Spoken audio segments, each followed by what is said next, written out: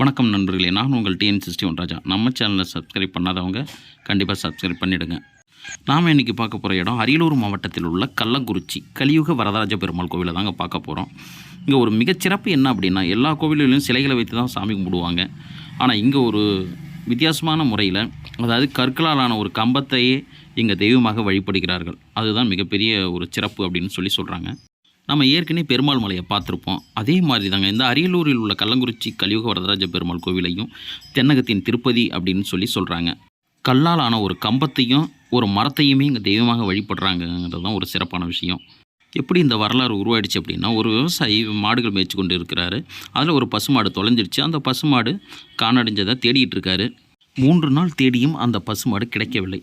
பின்பு இவர் கனவில் ஒருவர் தோன்றி, இந்த இடத்தில் உங்கள் மாடு இருக்கிறது, போய் பிடித்துக்கொள் என்று சொல்ல, அவரும் காலையில் போய் பார்க்க இருந்தது.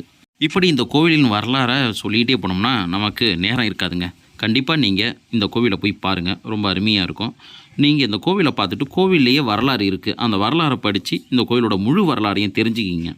பக்கத்துலேயே ஒரு தெப்பக்குளம் இருக்குது, அதை பாருங்கள், ரொம்ப அழகாக இருக்கும். தெப்பக்குளத்தை பார்த்துட்டு நீங்கள் தெப்பக்குளத்தை பார்த்து முடித்தோடனே கோவிலுக்கு ஆப்போசிட்டு பகுதியில் போய் பாருங்கள், ஒரு கட்டடம் இருக்கும். அந்த கட்டடத்தை தாண்டி நீங்கள் போகணும். இடையில கடைகள்லாம் நிறையா இருக்குது. அந்த கடையெல்லாம் நீங்கள் பொருட்கள் தேவைன்னா வாங்கிட்டு கொஞ்சம் தூரம் போனீங்கன்னா மான்கள் ஒரு கூட்டில் வச்சு அடைச்சி பாதுகாத்துட்ருக்காங்க.